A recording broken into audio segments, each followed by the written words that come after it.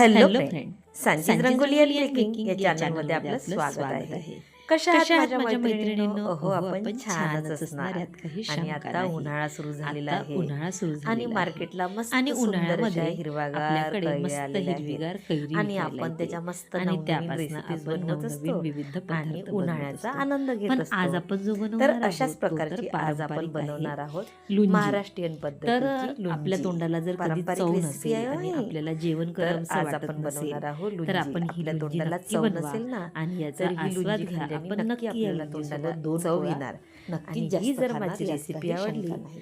तर चला नक्की तर माझ्या लुंजी चॅनलला बनवायला आपण लाईक घेऊया. आणि सबस्क्राईब करा. त्यासाठी मी तर इथे इथे अर्धा मी ते पाऊण 3 पाव किलो हिरवीगार आंबे मस्त घेतलेले अशी आहेत. कैरी घेतलेली पाऊण आहे. किलो म्हणजे अर्धा घरची किलो आहे आणि आमच्या आणखी 1 पाव बागेतली. म्हणजे असे 3 पाव आंबे आणि घेतलेले आहेत. मग या मग कैऱ्यांना याला छान स्वच्छ मस्त धुवून असं घेतलं आणि स्वच्छ धुवून कापडाने आणि स्वच्छ पुसून घेतलं आणि मग मला याचे आवडतात त्या आपल्याला आकारामध्ये मी आवडतात यांना त्या छान कापून आकारामध्ये घेतलेलं छान आहे. अशी याची मी तुकडे आता करून बघू घेतले. शकता तिथे की आपण मी ही कोळ पोळी टाकलेली सुद्धा नाही टाकू आहे. शकता, पण मी जर टाकलेली आपल्याला नाही आवडत आहे. ही असेल तर सुद्धा खूप नक्की छान आपण वाटते. कोळ टाकू शकता, पण मी तर टाकलेली मग नाही इथे आहे. मी एक कढई घेतली. कढईमध्ये मी कढईमध्ये थोडंसं तेल टाकून घेतलं. त्याच्यावर तेल गरम जिरं, झालं की मोहरी त्यामध्ये आणि कढीपत्ता मी टाकला. मोहरी, जिरं, त्यावरतीच मी कढीपत्ता आपण आणि सगळ्या कापलेल्या आंब्याच्या आंब्याच्या फोडी फोडी टाकून सुद्धा घेतलेल्या टाकलेल्या आहेत. आहेत. मग याला छान मिक्स केलं. आता याच्यावरतीच मी याच्यावरती माझ्या तिखट, मीठ आवडीनुसार आणि हळद. तिखट, मीठ आणि आपल्या हळद टाकलेलं आवडीनुसार आहे. आपण टाकू शकतो. आपण सुद्धा आपल्या याला आवडीनुसार थोडंसं तिखट, ढवळलं मीठ की कमी जास्त याच्यावरती करू आपण शकता.